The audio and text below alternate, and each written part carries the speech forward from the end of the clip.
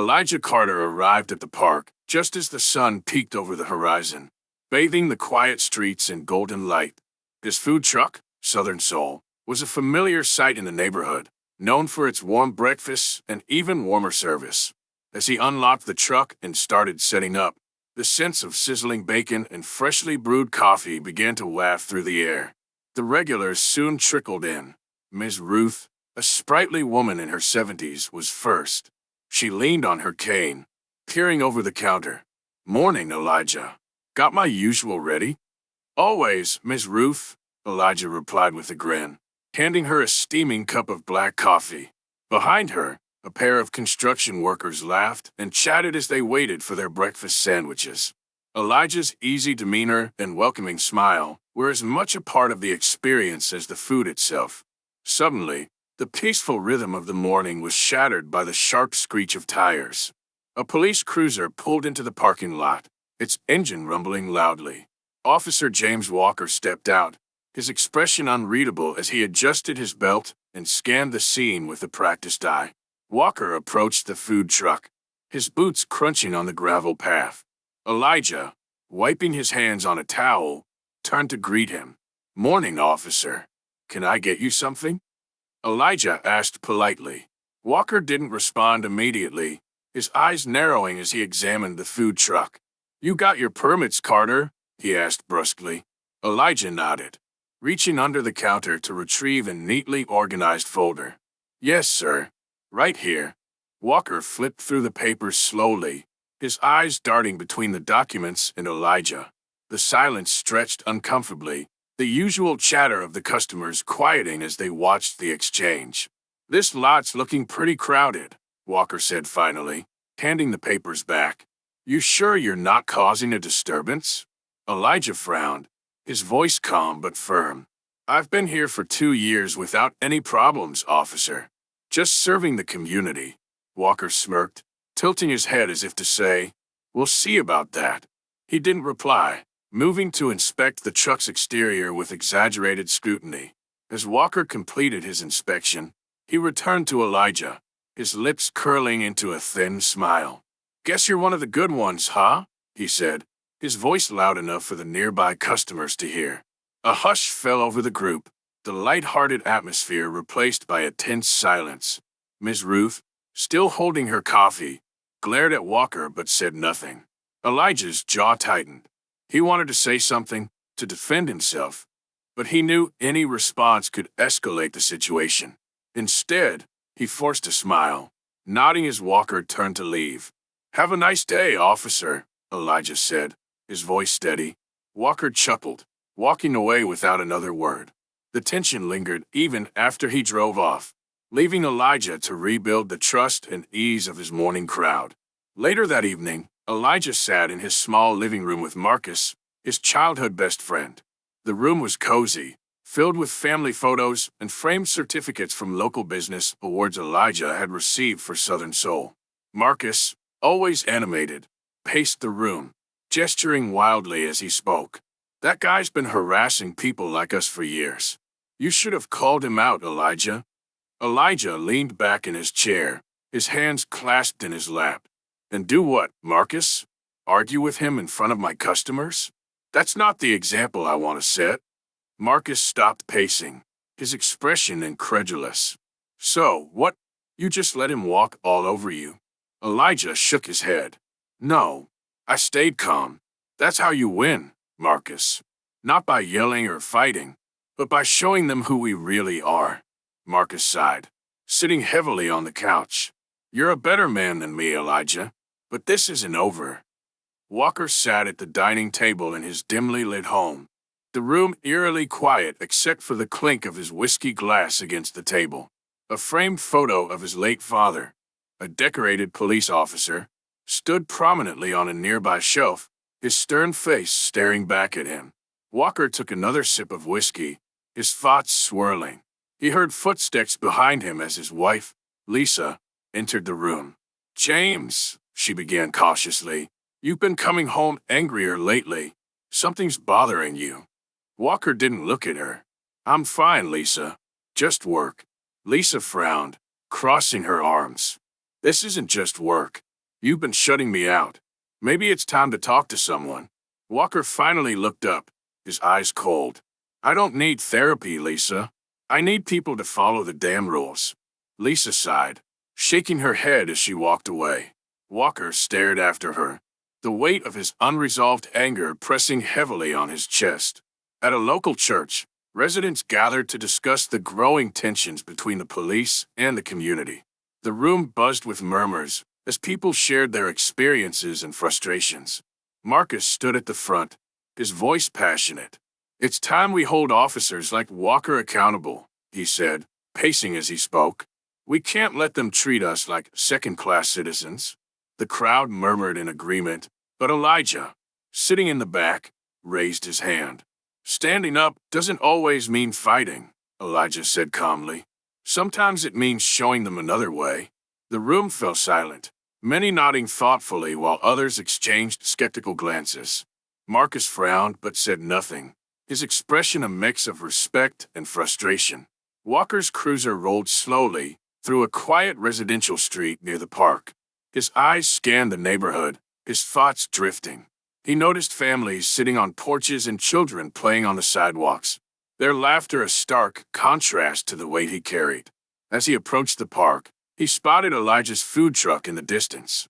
A flicker of guilt crossed his mind, but he quickly buried it.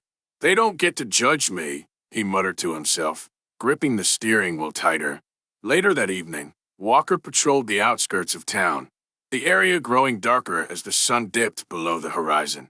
As he turned a corner, he noticed a column of smoke rising from an old, abandoned warehouse. His instincts kicked in, and he parked nearby, stepping out to investigate.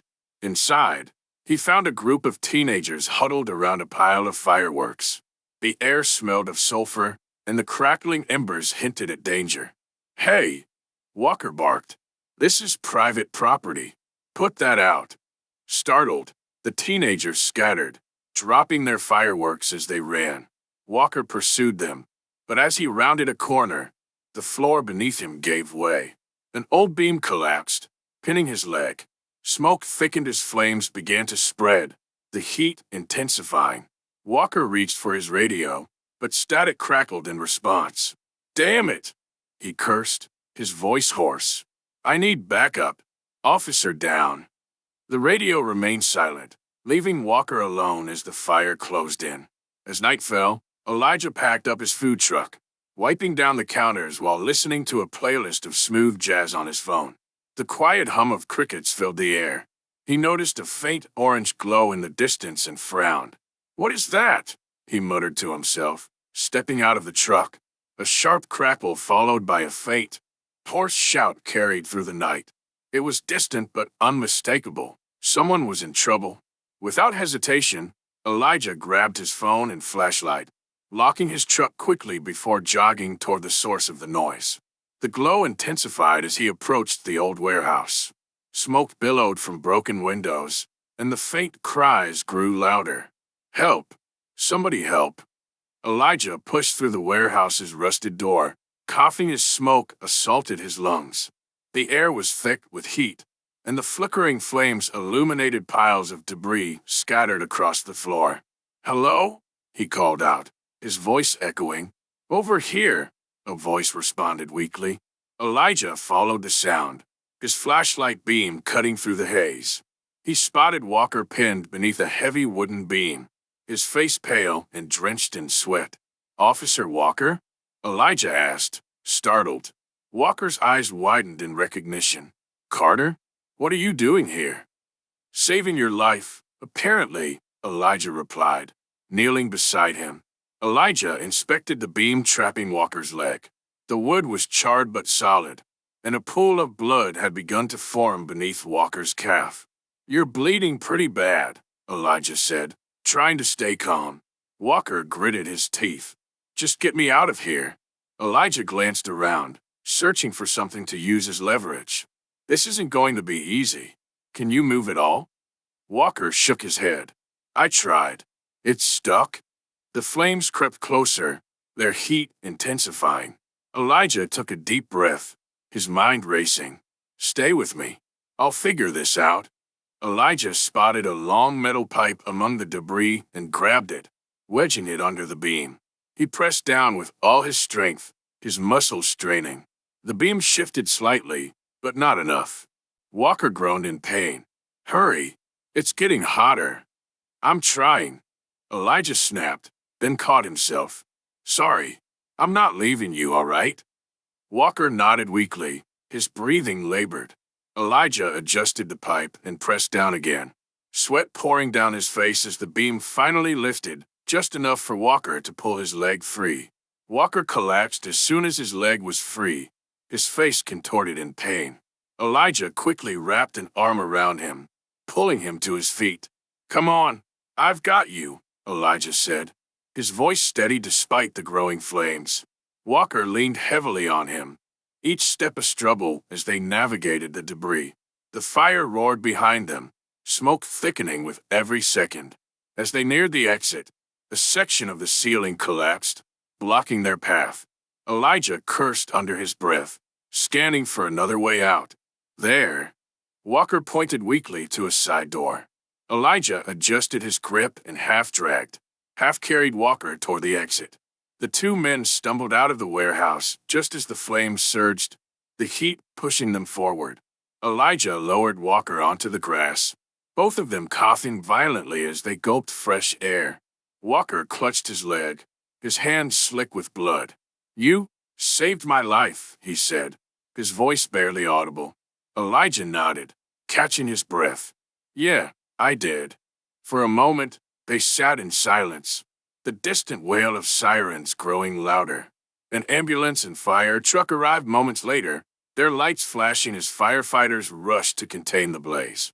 Paramedics hurried to Walker's side, placing him on a stretcher. One of the paramedics turned to Elijah. "Were you with him?" "I pulled him out," Elijah said simply. Walker, pale but conscious, looked at Elijah with a mix of gratitude and confusion.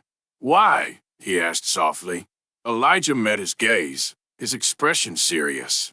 "Because it was the right thing to do." At the hospital, Walker lay in a sterile room, his leg bandaged and elevated. Lisa sat beside him, her face lined with worry. "I heard what happened," she said softly. "That man, he saved you?" Walker nodded, staring at the ceiling. "Elijah Carter, the guy I've been giving a hard time. He risked his life to save mine."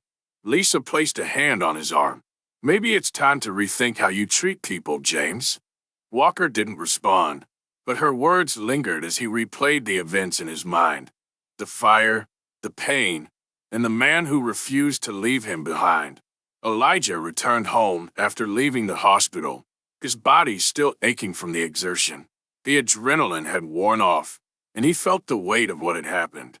Sitting on the edge of his bed, he stared at his soot-covered hands, the events of the night replaying in his mind. He pulled out his phone, scrolling through messages from concerned friends who had already heard about the fire. A text from Marcus caught his attention. "You're a better man than me, Elijah. Saving Walker? I don't know if I could have done it." Elijah stared at the message for a long moment before replying. It wasn't about him. It was about doing what's right. He sighed deeply, lying back on the bed, exhaustion pulling him into a restless sleep. In the hospital room, the rhythmic beeping of monitors filled the air. Walker lay awake, his leg throbbing under the bandages. He glanced at the untouched tray of food on the table, his appetite gone. Lisa entered quietly, carrying a bag of his belongings. She sat down beside him, her expression a mixture of relief and frustration. "James," she began, her voice soft but firm, "you need to talk about what happened." Walker didn't meet her gaze. "There's nothing to talk about." Lisa crossed her arms. "A man you've been treating like dirt saved your life, and you're just going to pretend that doesn't matter?" He finally looked at her, his face etched with guilt. "I didn't ask him to save me." "No," Lisa said sharply. "He did it because he's a good person. Something you could learn from." Walker turned away, staring out the window. Her words stung because he knew they were true. The story of the warehouse fire and Elijah's heroic act spread quickly through Winstonville. At the local diner, a group of regulars discussed the event over coffee. Elijah's a saint, Miss Ruth said, shaking her head.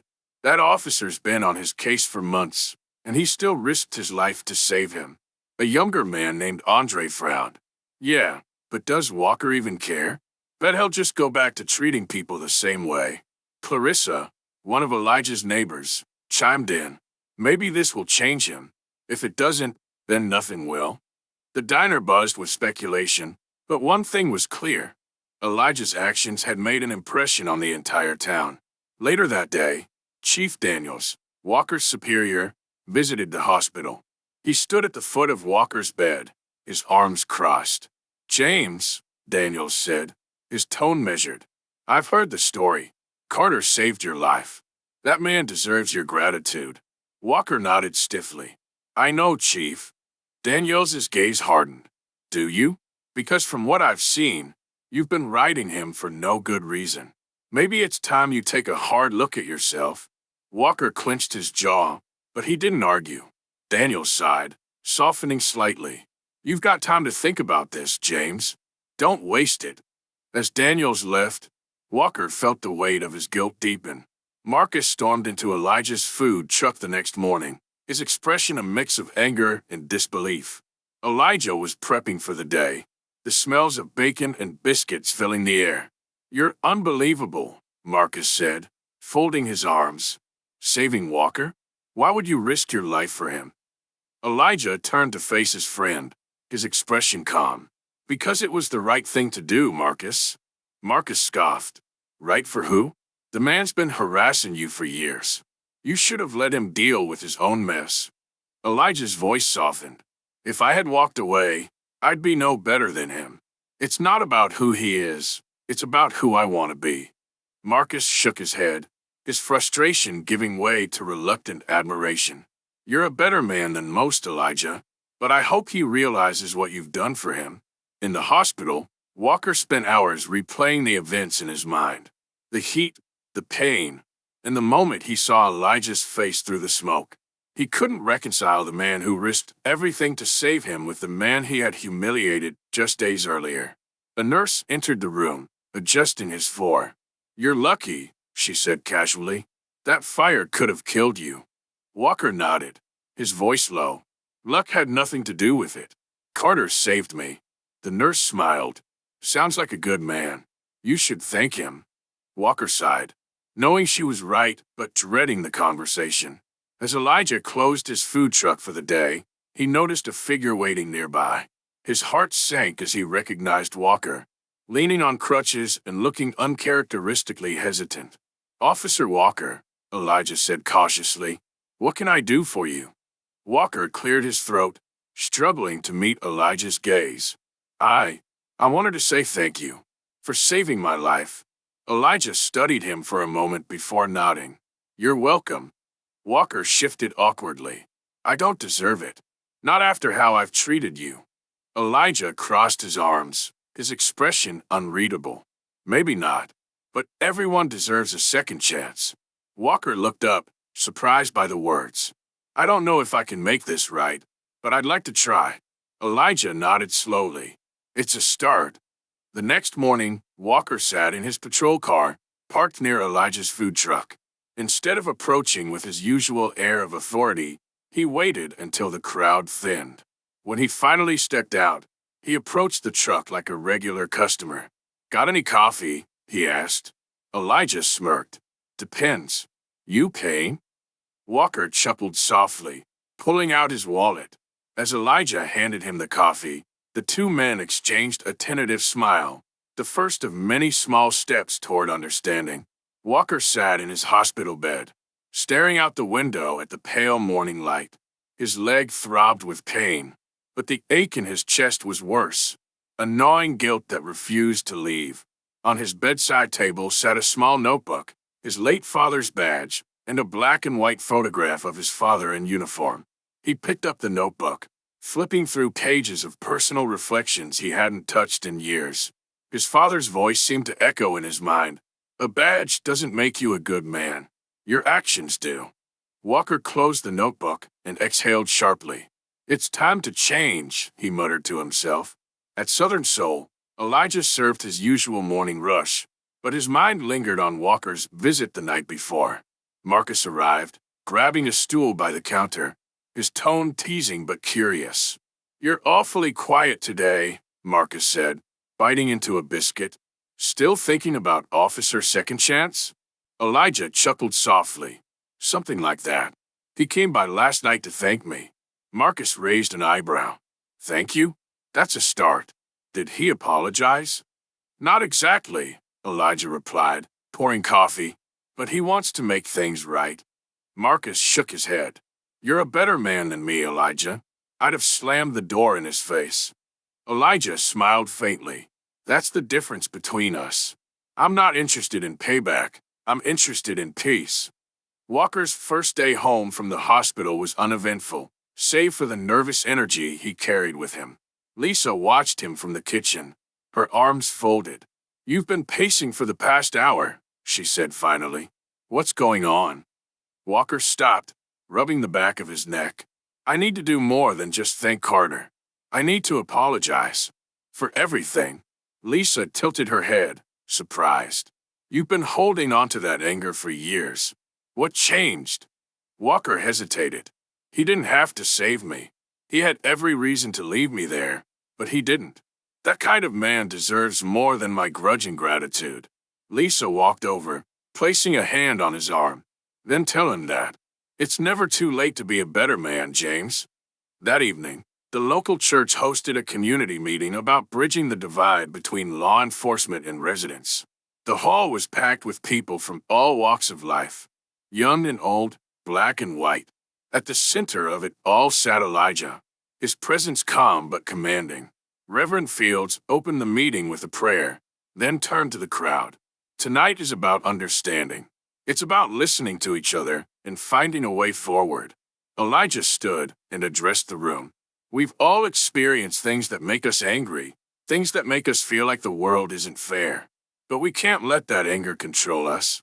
If I can save a man who's wronged me, then maybe we can find a way to work together." The room buzzed with murmurs, many nodding in agreement. Marcus raised his hand. "I hear you, Elijah, but what happens when the system doesn't change? How do we move forward then?" Elijah smiled. "One step at a time. Change starts with us." Unbeknownst to the attendees, Walker had arrived at the meeting, lingering near the door. He leaned on his crutches, his face shadowed with hesitation. Reverend Fields spotted him and gestured for him to come in. "Officer Walker, good to see you here." The room fell silent as Walker limped to the front, all eyes on him. He looked directly at Elijah. "I came to listen," he said simply, "and to apologize." Elijah nodded, his face unreadable. "That's a good start." Walker turned to the room. "I've made mistakes, plenty of them. I've let my anger cloud my judgment, and I've treated people unfairly. But I want to do better. I want to be better." The silence was heavy but not hostile. Slowly, applause began to ripple through the crowd, led by Reverend Fields. After the meeting, Marcus approached Walker, his expression skeptical. "You really expect us to believe you've changed?" Walker met his gaze, his voice steady. "I don't expect anything. I just know I need to be better. For myself, for my family, and for this community." Marcus folded his arms. "Words are cheap, officer. Let's see some action." Walker nodded. "Fair enough. You'll see it." Elijah stepped in, placing a hand on Marcus's shoulder. "Give him a chance, Marcus. We can't demand change if we're not willing to let people change." Marcus sighed but relented. "We'll see." The next morning, Walker visited the precinct to speak with Chief Daniels. He was still on medical leave, but his presence in uniform turned heads. "James," Daniels said, motioning him into his office. "What brings you in?" Walker sat down, his crutches resting against the chair. "I want to start making amends, Chief. I want to volunteer for the department's community outreach program." Daniels raised an eyebrow. "That's a big shift for you. What brought this on?" Walker hesitated, then said, "Elijah Carter. He saved my life, and I've been thinking a lot about the kind of man I've been. I want to do better." Daniels studied him for a moment before nodding. "All right, James. Let's see what you've got." Later that week, Walker joined Elijah at a community cleanup event organized by the church. The two worked side by side, picking up litter and repainting park benches. At first, the atmosphere was awkward, but as the day went on, they began to talk. "So," Walker said, breaking the silence, "you really think people like me can change?" Elijah glanced at him, smiling faintly. "I think anyone can change if they want to. The question is, do you want to?" Walker nodded. "I do. For my family and for myself. And maybe to prove you right." Elijah chuckled. "That's a good enough reason to start." By the end of the day, their tentative partnership had begun to feel like the start of something meaningful. The precinct's community outreach program hosted a town hall for residents to meet with officers and discuss concerns. Walker arrived early, his crutches clicking on the polished floor.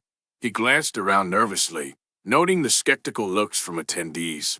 Elijah stood at the front of the room, talking to a group of young volunteers. Spotting Walker, he smiled and waved him over.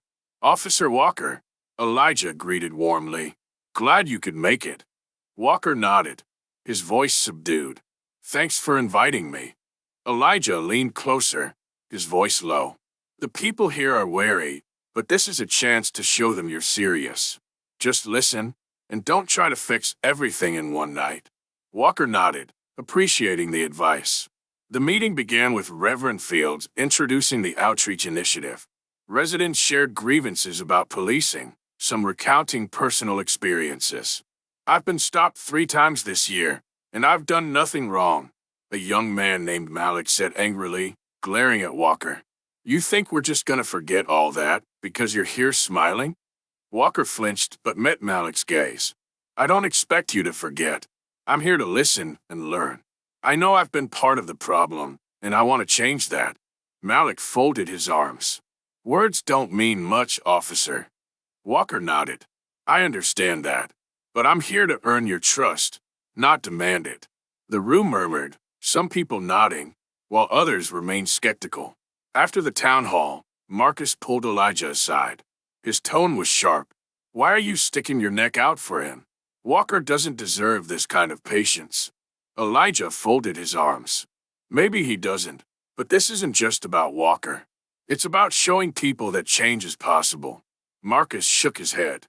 "You're too forgiving, Elijah. Some people don't want to change." Elijah placed a hand on Marcus's shoulder. "And some do. Let's not punish everyone for the ones who don't." Marcus sighed but didn't argue further. At home, Walker sat at the dinner table with his wife, Lisa, and their teenage daughter, Sophie. The atmosphere was lighter than it had been in weeks, though Walker was clearly preoccupied. "So, how was the outreach meeting?" Lisa asked, setting down a plate of food. Walker hesitated. "It was tough. People don't trust me, and I can't blame them." Sophie, who had been scrolling on her phone, looked up. "Well, maybe you should have been nicer to them before all this." Walker's face fell. Lisa shot Sophie a warning look, but didn't disagree. "I'm trying to be better," Walker said quietly. "For you, for all of us." Sophie softened. "If you're serious, then keep trying. People will see it eventually."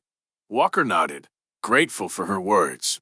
A week later, Elijah and Walker co-hosted a community cleanup event at the park. The atmosphere was tense at first, with many attendees hesitant to approach Walker.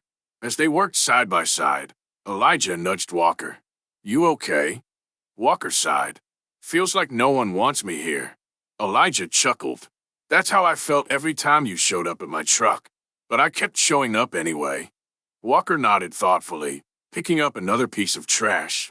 By the end of the event, a few attendees had started warming up to Walker, sharing cautious smiles and brief conversations.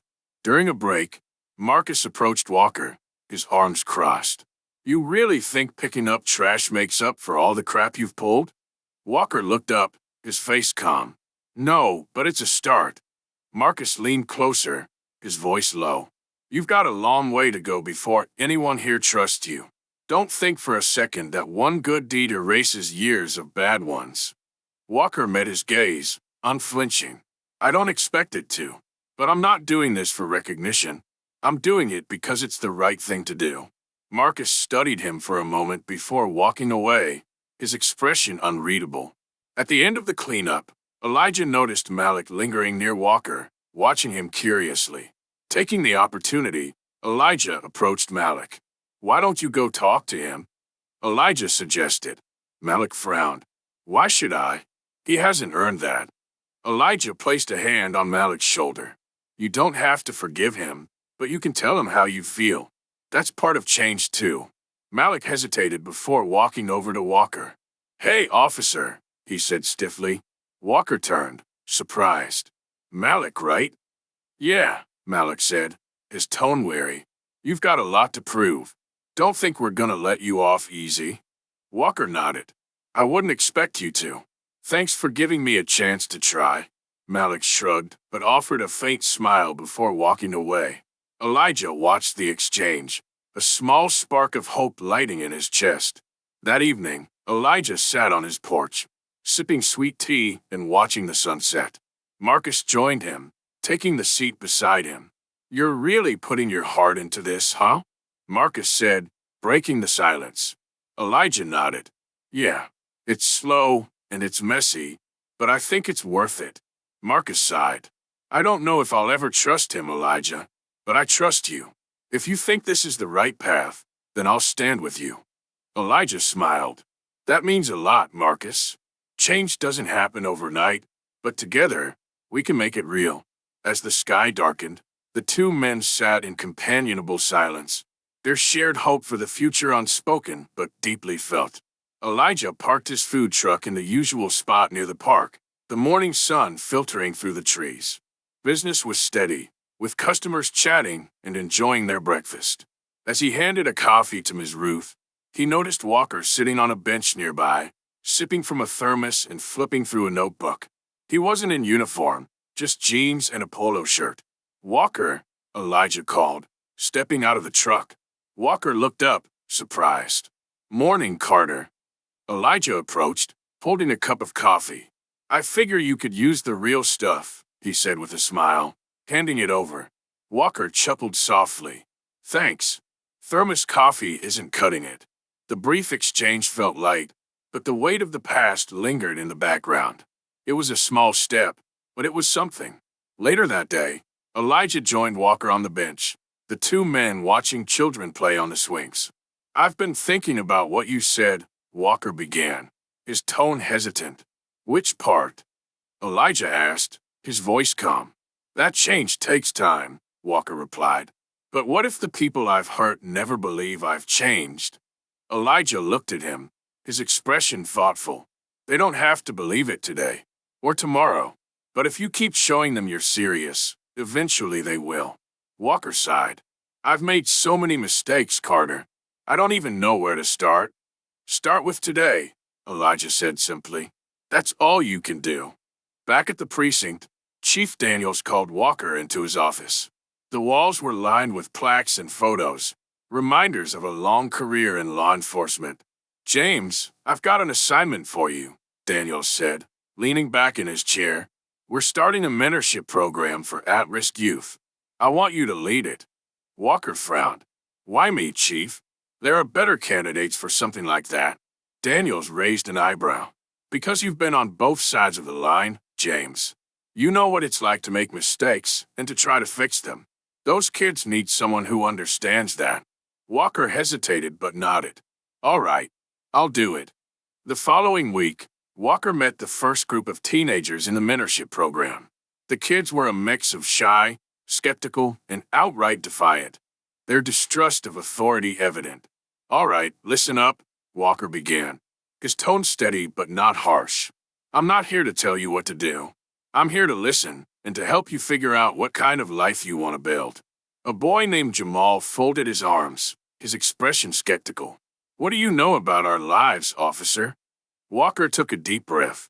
"I know I've made mistakes, big ones, but I'm trying to do better, and I want to help you avoid making the same ones I did." The group murmured quietly, their guarded curiosity hinting at a willingness to engage. At the end of a long day, Elijah and Marcus sat at the food truck, the sky painted with the colors of sunset. Marcus had been quiet, his frustration simmering beneath the surface. "You're spending a lot of time with Walker," Marcus finally said, breaking the silence. Elijah sipped his tea, his expression calm. "We're working on some things together. He's running a mentorship program now." Marcus scoffed. "That's rich. The guy who used to harass us is now mentoring kids? What kind of example is that?" Elijah frowned. "The kind that shows people can change. Isn't that what we've been fighting for?" Marcus shook his head. "I'm not ready to buy it, Elijah, and I'm not sure I ever will be." The words stung, but Elijah didn't argue. He knew change wasn't easy for anyone, least of all Marcus. During a mentorship session, Walker noticed Jamal sitting apart from the group, his headphones in and his gaze distant. Walker approached cautiously, sitting on the ground nearby. "Mind if I join you?" Jamal shrugged, but didn't take out his headphones. Walker waited a moment before speaking again. "You remind me of someone I used to know," Walker said. "A kid I grew up with. He was smart, had big dreams, but he didn't think anyone believed in him." Jamal glanced at him, curiosity flickering in his eyes. "What happened to him?" Walker hesitated. "He made some bad choices. Ended up in a place he didn't want to be. But he turned his life around, and so can you." Jamal pulled out his headphones, his expression softening. "Maybe. We'll see." Walker smiled. "That's all I asked." A month later, Elijah and Walker were invited to speak at a town event celebrating local leaders. The two men stood side by side on the stage, their partnership a symbol of hope for the community. Elijah spoke first, his voice calm but powerful. "We all have the ability to make choices, choices that define who we are and what we stand for. I chose to save Officer Walker's life, not because of who he was, but because of who I want to be." Walker followed, his voice steady. "Elijah's right. Change starts with the choices we make. I've made plenty of bad ones, but I'm here today because I want to be better. And I'm grateful to have people like Elijah who believe in second chances." The audience erupted into applause, their skepticism giving way to cautious optimism. That evening, Walker visited the park where he had first confronted Elijah. The bench he had once sat on felt different now, a place of reflection rather than judgment. Elijah joined him, carrying 2 cups of coffee. He handed one to Walker and sat beside him. "You've come a long way," Elijah said. Walker nodded, staring at the darkening sky. "I still have a lot to make up for." Elijah smiled. "And you will. One step at a time." The two men sat in silence, the weight of their journey hanging between them, but the hope for a brighter future shining through. The day started normally for Elijah, running Southern Soul at the park. As he cleaned up after the breakfast rush, he noticed a commotion near the street.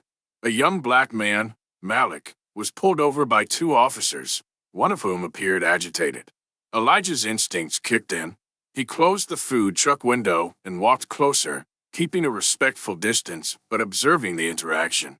Malik stood by his car, his hands raised, his voice calm but firm. "I didn't do anything wrong. Why are you searching my car?" One officer barked back, "Stay quiet. You're lucky we're even explaining this." Elijah clenched his fists but held his tongue, knowing his interference might escalate the situation. To his surprise, Walker's cruiser pulled up, and he stepped out, immediately sensing the tension. Walker approached the officers, his limp still evident from his injury. "What's going on here?" he asked, his voice steady but authoritative. "Traffic stop," one officer replied curtly. "The kid's acting suspicious." Walker glanced at Malik, then at the officer. "Suspicious how?" The officer hesitated. "He seemed nervous when we pulled him over." Walker frowned. "That's not probable cause. Let him go." The officer's jaw tightened, but he stepped back. Malik exhaled sharply, visibly relieved. Walker turned to Malik. "Sorry about this. You're free to go." Malik looked at Walker, a mix of gratitude and confusion on his face. "Thanks," he muttered before driving away. Elijah, watching from a distance, felt a spark of hope. After the incident, Walker walked over to Elijah, who was leaning against his food truck. "That was unexpected," Elijah said, offering Walker a cup of water. Walker took it gratefully. I told you I'm trying to change. That includes calling out my own when they're wrong. Elijah nodded, impressed. You're starting to get it. Walker leaned on the truck, looking out at the park. It's harder than I thought. Feels like I'm fighting a battle on two fronts, earning trust from the community and respect from the department. Elijah smiled. No one said it'd be easy, but you're doing the right thing, and that counts for a lot. Later that evening, Marcus and Elijah sat at the park, discussing the day's events. Marcus was skeptical, so Walker steps in and stops a bad stop. Big deal, Marcus said, crossing his arms. One good act doesn't erase years of harassment. Elijah sighed. It's not about erasing the past. It's about building a better future. If he's willing to put himself on the line for us now, that matters. Marcus shook his head. I just don't trust him, Elijah, and I don't know if I ever will. Elijah placed a hand on Marcus's shoulder. You don't have to trust him yet. Just watch what he does next. At the precinct, Walker faced backlash for intervening in the traffic stop. One of the officers involved, Officer Jacobs, confronted him in the locker room. What the hell was that today? Jacobs snapped. Undermining us in front of a suspect? Walker met his glare. It wasn't a suspect. It was a kid who didn't do anything wrong. Jacobs scoffed. You're getting soft, Walker. Ever since that fire, you've been acting like a damn social worker. Walker took a step closer, his voice calm but firm. Maybe I've finally figured out what being a cop actually means. Jacobs shook his head, muttering as he walked away. Walker stood alone, knowing the road ahead would only get tougher. The next day, Malik showed up at Walker's mentorship program, his expression guarded. Walker was surprised but quickly welcomed him. What brings you here, Malik? Walker asked. Malik hesitated. I wanted to see what this was about. After what you did yesterday, I guess I'm curious. Walker nodded, gesturing for him to join the group. We're just talking about choices today. You're welcome to stay. As the session progressed, Malik listened closely, his initial skepticism giving way to cautious interest. By the end, he approached Walker. Maybe you're not as bad as I thought, Malik said with a small smirk. Walker chuckled. Stick around. I'll prove it to you. Elijah and Walker began collaborating more frequently, combining the mentorship program with community outreach events. At a joint session, Elijah spoke about resilience, while Walker shared lessons about accountability. Change doesn't happen overnight, Elijah told the group, but every step forward counts. Walker added, and sometimes the hardest part is owning your mistakes. But that's where real growth starts. The audience, a mix of teens and adults, responded positively, their engagement reflecting the impact of the duo's partnership. One evening, Walker stopped by Elijah's home, unannounced. Elijah opened the door, surprised to see him holding a folder. What's this? Elijah asked, inviting him in. Walker handed over the folder. It's my record, every complaint, every mistake. I figured if we're building trust, I should be honest about who I've been. Elijah flipped through the pages, his expression thoughtful. That's a bold move, Walker. Walker shrugged. If I'm asking people to trust me, I need to give them a reason. Elijah smiled, shaking his hand. You're getting there, James. Keep it up. Elijah and Walker met at the local rec center to finalize their newest project, Community in Conversation, a monthly forum for residents and officers to share experiences and build understanding. The room was abuzz with volunteers setting up chairs, arranging refreshments, and testing microphones. We're calling it talking circles, Elijah explained to Walker. It's about listening as much as speaking. Walker nodded, adjusting the crutches he still used on occasion. Sounds like something we all need, especially my department. Marcus, standing nearby, observed them with folded arms. This might work, if people actually show up. Elijah smiled. They'll come. Trust me. That evening, the gymnasium filled with residents and officers. An uneasy mix of skepticism and curiosity in the air. Chairs were arranged in a circle, creating an intimate but vulnerable setting. Elijah started the meeting, his voice calm yet commanding. Tonight, we're here to share, not to argue, not to blame, but to understand. Walker followed. We've all got stories. I know I do. And I know I've made mistakes. But I'm here to listen and to do better. A young woman named Carla raised her hand. I grew up here, but I've always felt like I didn't belong, especially when it came to the police. It's hard to trust people who see you as a threat. Walker leaned forward. I hear you, Carla, and I'm sorry. What can we do to change that? Her eyes softened. Keep listening.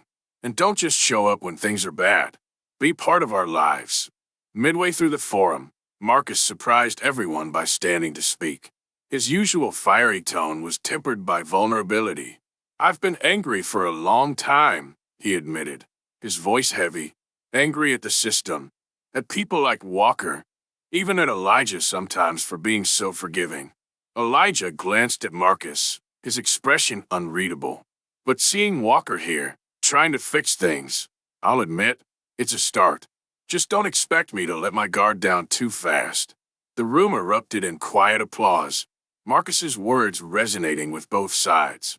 Walker nodded, his gratitude evident. I don't expect you to, Walker said, but I'm not going anywhere.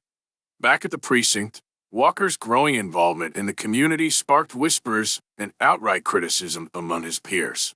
Officer Jacobs, in particular, voiced his disdain during a roll call meeting. Walker's playing hero with Carter in the neighborhood, Jacobs sneered. When's the last time he actually did real police work? Walker stood, his tone steady but firm. Community engagement is police work, Jacobs. If you don't see that, maybe you're in the wrong profession. The room fell silent, Chief Daniels observing from the corner. Enough, Daniels said, breaking the tension. Walker's doing what this department needs more of. If anyone has a problem with that, my door's open. The meeting ended, but the divide within the department remained palpable. After another successful forum, Marcus lingered to help Elijah and Walker clean up. As they folded chairs, Marcus finally broke the silence. You know, he said to Walker, I never thought I'd see the day where a cop like you would actually try to fix things. Walker glanced at him, unsure how to respond. But, Marcus continued, you've been showing up, and I can't ignore that. Doesn't mean I trust you yet, but maybe you're not as bad as I thought. Walker extended a hand cautiously. I'll take that as a win. Marcus hesitated but shook it, a small gesture that spoke volumes. One afternoon, Walker sat with the kids in the mentorship program, leading a discussion about choices and consequences. Jamal, who had been standoffish since the beginning, finally spoke up. You keep talking about mistakes, but what's the worst one you've made? Jamal asked, his tone challenging. Walker took a deep breath. Humiliating people who didn't deserve it. Thinking the badge made me better than them. Those were my biggest mistakes. The room grew quiet, the honesty in Walker's words cutting through the tension. What changed? Jamal asked, his voice softer. Walker smiled faintly. A man named Elijah Carter saved my life when he didn't have to. That kind of grace made me realize I needed to change. Jamal nodded, his guarded demeanor beginning to crack. The next big step in Elijah and Walker's partnership was a community picnic at the park. Families, officers, and volunteers gathered for an afternoon of food, games, and conversation. Elijah manned the grill while Walker organized a kickball game between the kids and the officers. The game was filled with laughter, with Walker limping after the ball as kids cheered. Marcus watched from a distance, his usual scowl replaced by a grudging smile. During the event, Carla approached Walker. I wasn't sure about you at first, she admitted, but you're trying. That matters. Walker nodded, gratitude in his eyes. Thanks. I won't stop. As the sun set over the park, Elijah and Walker sat together on a bench, watching the kids play their final round of kickball. You've come a long way, Elijah said, breaking the comfortable silence. Walker chuckled. Still feels like I've got a long way to go. Elijah smiled. Change isn't a destination, Walker. It's a journey, and you're on the right path. Walker looked out at the park, the weight of his past still present but less burdensome. I wouldn't have made it this far without you, Carter. Thanks for not giving up on me. Elijah nodded. We're not done yet. The two men sat quietly as the park lights flickered on, their partnership stronger than ever, a testament to the power of redemption and understanding. The monthly community and conversation meeting was packed, the room buzzing with energy as residents and officers prepared to engage in dialogue. Elijah started the session with his usual calm presence, introducing Walker as his co-host. As the meeting progressed, Carla, a young woman who had previously praised the program, stood up. "We've been talking about progress, but what happens when officers keep making the same mistakes? Just last week, I saw a friend pulled over for no reason again. It feels like nothing's changing." The room murmured in agreement, the energy shifting to frustration. Walker stepped forward, his voice steady but measured. "You're right to be frustrated. Change takes time, and it's not perfect. But programs like this are part of the solution. It's about building trust and holding each other accountable." Carla crossed her arms, her tone sharp. "Trust? How do we trust a system that's failed us for years?" Elijah placed a hand on Walker's shoulder, signaling for him to pause. "We're not asking for blind trust," Elijah said. "We're asking for a chance to keep building something better." The tension eased slightly, but it was clear the road ahead would remain challenging. Back at the precinct, Walker's growing involvement with the community caused further friction among his colleagues. Officer Jacobs and a small group of officers openly mocked him in the break room. "Look who's playing savior now," Jacobs sneered, tossing a newspaper featuring Walker's photo onto the table. Walker picked up the paper, studying it for a moment before calmly placing it back down. "You got something to say, Jacobs?" Jacobs leaned forward, his tone dripping with disdain. "Yeah. You're making the rest of us look weak, bending over backward to please people who'll never trust us." Walker stood his ground, his voice low but firm. "I'm not trying to please anyone. I'm trying to make this town better. Maybe you should try it sometime." Jacobs scoffed, but the room fell silent as Walker left, his resolve unshaken. One evening, Marcus and Elijah sat on Elijah's porch, sharing a quiet moment after a long day. Marcus, usually guarded, seemed contemplative. "You know," Marcus began, staring into his glass of iced tea, "I've been thinking about Walker, about how I've been holding on to this anger." Elijah nodded, staying silent to let Marcus continue. "It's not just about him," Marcus admitted. "It's about everything. The years of feeling like no one cared, like we were invisible." Elijah placed a hand on Marcus's shoulder. "You're not invisible, Marcus, and neither is your pain. But holding on to it won't change the past.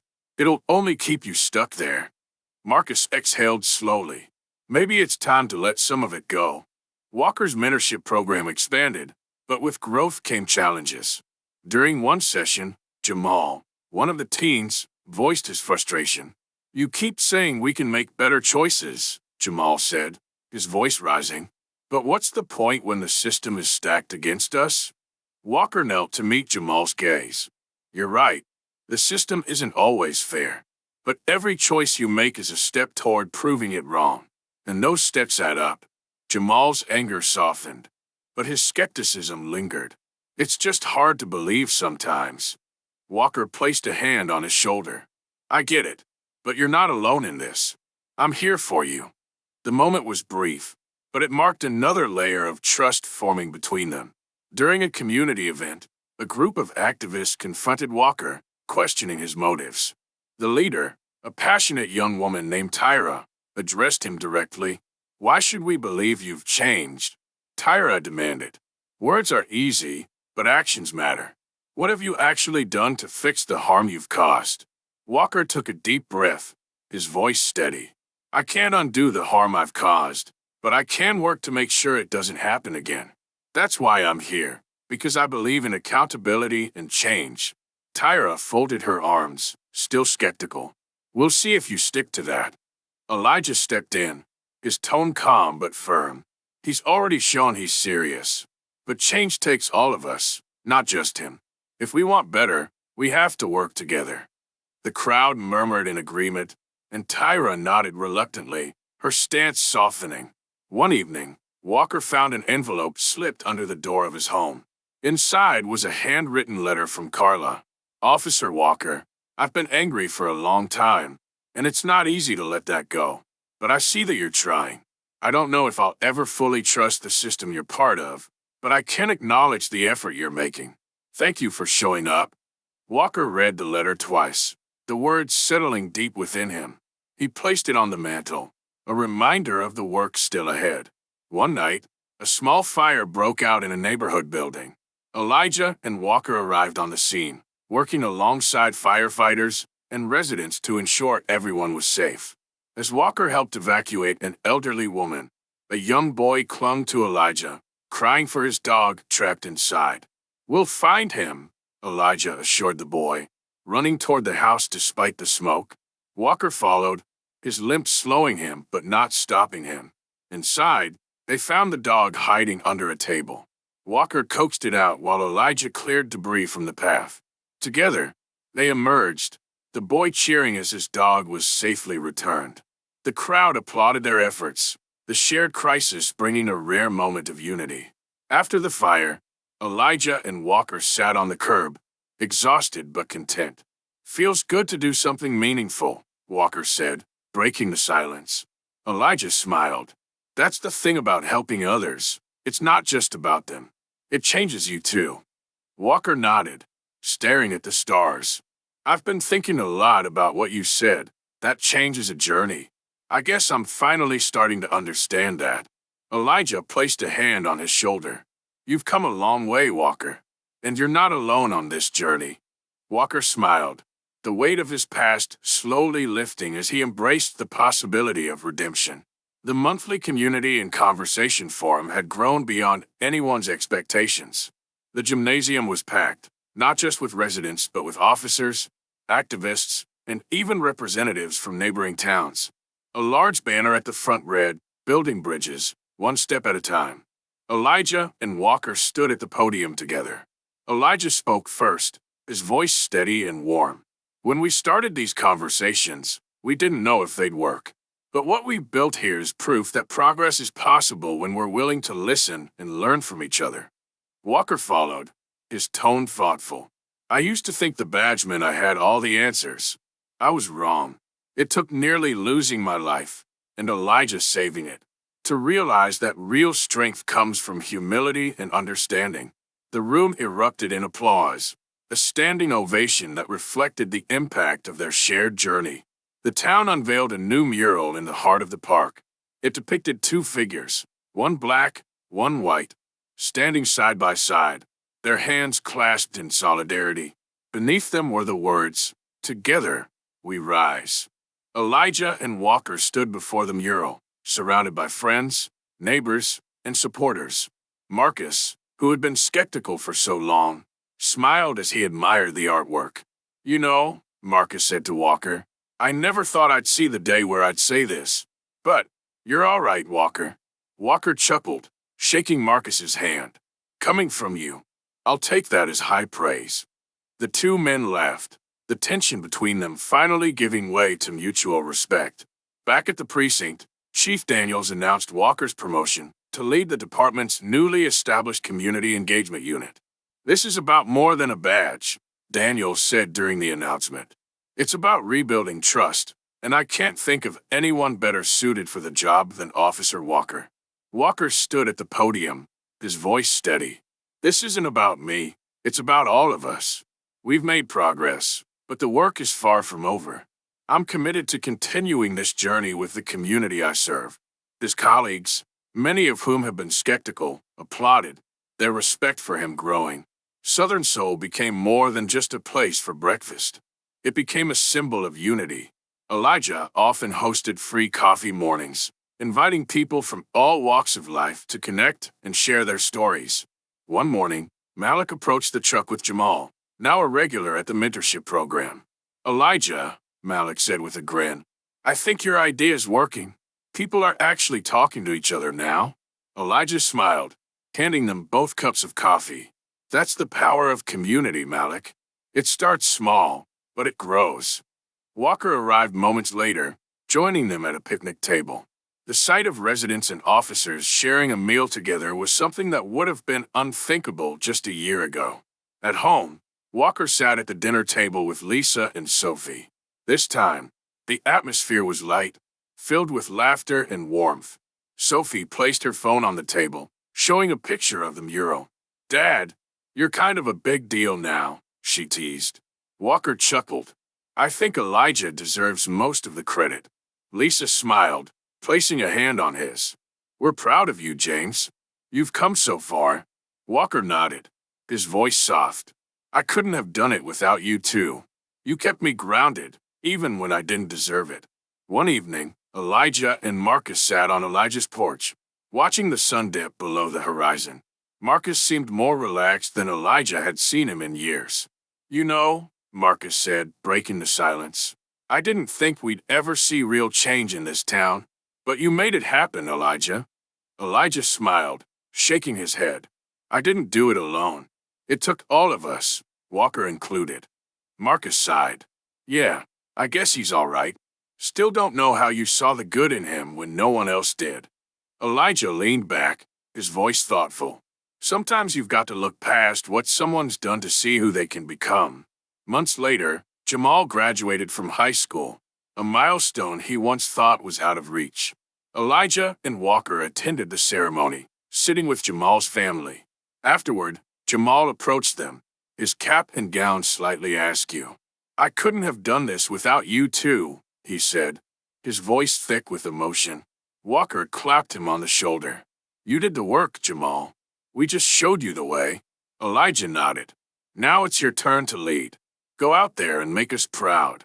Jamal grinned, his confidence radiating as he walked away.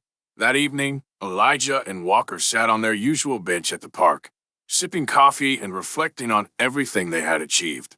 "You know," Walker said, his voice warm, "I never thought my life would look like this. I owe you more than I can say, Elijah." Elijah smiled. "You don't owe me anything, Walker. You've earned your place here, and I'm proud of the man you've become." Walker stared at the mural in the distance, its vibrant colors glowing in the twilight. "I just hope we can keep this going."